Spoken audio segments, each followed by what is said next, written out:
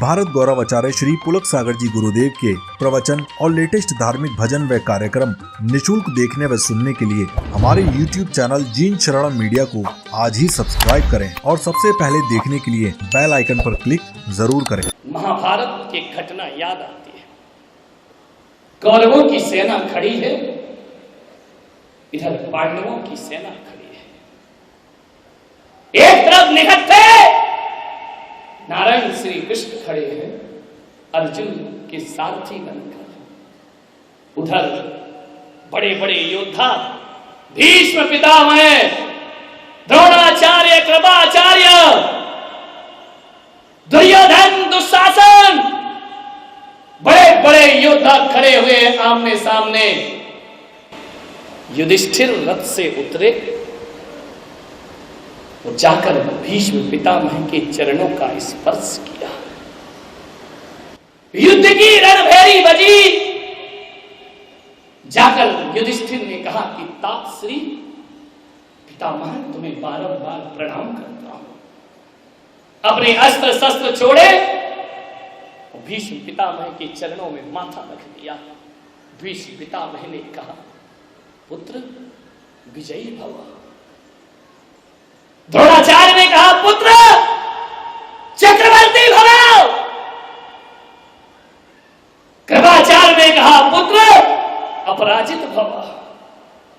दुर्योधन दुर्बुद्धि ने देखा, उसने कहा, तुम्हारा दिमाग खराब हो गया। हे तात, जरा ये बताओ, पितामह भीष्म, तुम खड़े तो मेरी सेना में हो, विजय का आशीर्वाद दुश्मन को दे रहे हो, तुम कर क्या रहे हो? हे गुरुजनों, जरा ये बताओ। द्रोणाचार्य से कहा कि तुमने चक्रवर्ती भव का आशीर्वाद कैसे दे दिया? कृपाचार्य से कहा, अपराजित भव का आशीर्वाद कैसे दिया? मृत्युंजयी भव, तुम लड़ तो मेरी तरफ से रहे हो, लेकिन विजय का आशीर्वाद उन्हें क्यों प्रदान कर रहे हो? छल कर रहे हो हमारे साथ? नहीं दुर्योधन, ये निश्चित तौर पर हम तुम्हारे पक्ष से लड़ रहे हैं। भीष्म पितामह ने कहा, मैं सिंहासन से बना हूं दुर्योधन, हस्तिनापुर के सिंहासन से। ये हस्तिनापुर का सिंहासन, ये मेरे प्राण है, मेरा वचन है। मैं चाहे कर भी इसके बंधनों से मुक्त नहीं हो सकता हूं। लेकिन दुर्बुद्धि दुर्योधन, एक बात ध्यान रखो कि हस्तिनापुर के सिंहासन से बना हुआ ये भीष्म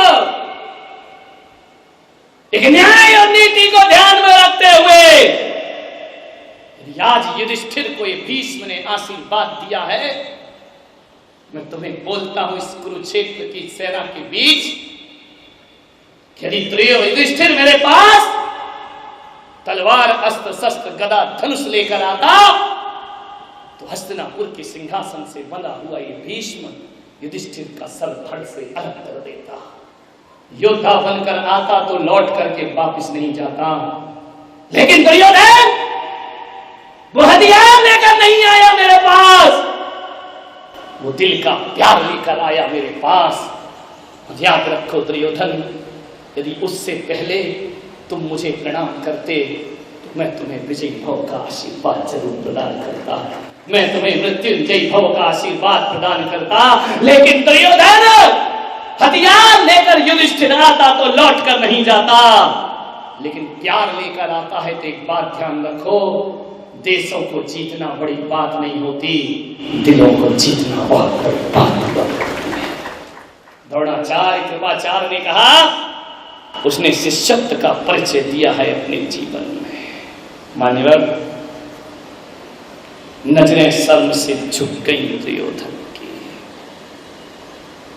जो पूज्य थे, जो महापुरुष थे, युद्ध में सेना के लिए सेनापति बनाकर तो खड़ा कर दिया, लेकिन दुर्योधन उनका आदर नहीं कर सका, उनका सत्कार नहीं कर सका।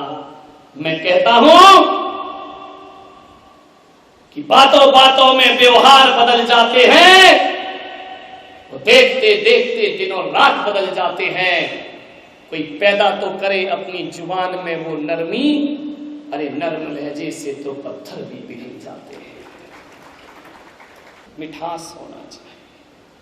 दूसरों की प्रशंसा करने की आदत डालिए थोड़ा सा। सबसे कठिन साधना है कि हम दूसरों की प्रशंसा सुनने की आदत डालें। एक डॉक्टर दूसरे डॉक्टर की प्रशंसा बर्दाश्त नहीं करता है, एक विद्वान दूसरे विद्वान की प्रशंसा बर्दाश्त नहीं करता है, एक संत दूसरे संत की प्रशंसा बर्दाश्त नहीं कर सकता है। एक बात विचार करिए, दो प्रतिभाएं जब आपस में बैठती हैं तो एक दूसरे की प्रशंसा को स्वीकार नहीं करते हैं। इतना संकुचित हमारा हृदय हो जाता है। मैं तो कहता हूं कि यदि जीवन के आनंद को लेना है तो अपने दुश्मन की पीठ पीछे इतनी प्रशंसा करो, इतनी प्रशंसा करो, इतनी मिठास मीठी वाणी उसके लिए बोलो।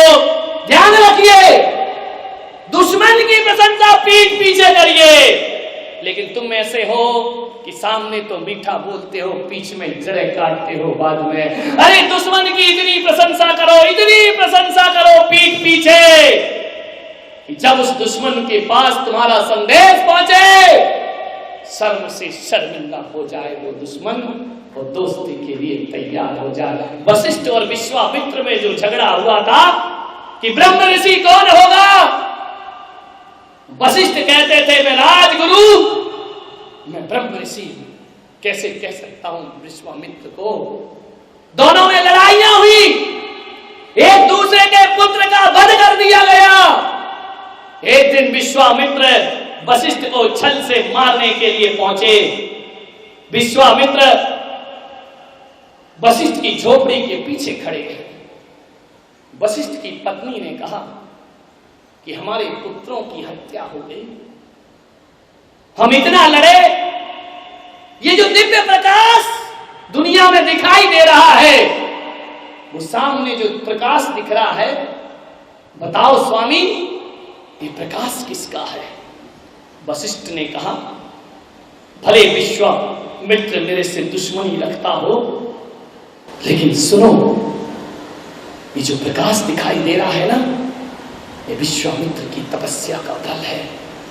और विश्वामित्र जैसा ब्रह्म गुरु इस धरती पर कोई दूसरा नहीं है।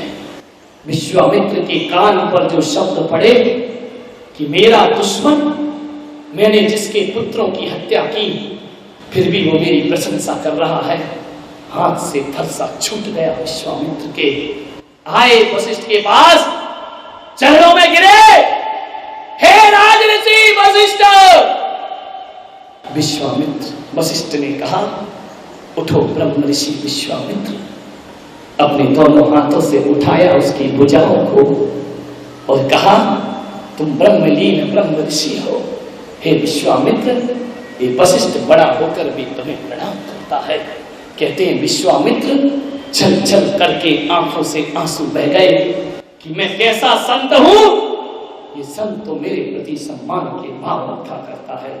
मैं आपसे निवेदन करता हूं, जिससे आपकी बुराई हो, जिससे आपकी दुश्मनी हो, जिससे आपके झगड़े हो जाए, एक बात ध्यान रखना, जब तक उसकी बुराई करोगे दुश्मनी मजबूत होते जाएगी। दिल खोलकर प्रशंसा करने की आदत डालिए।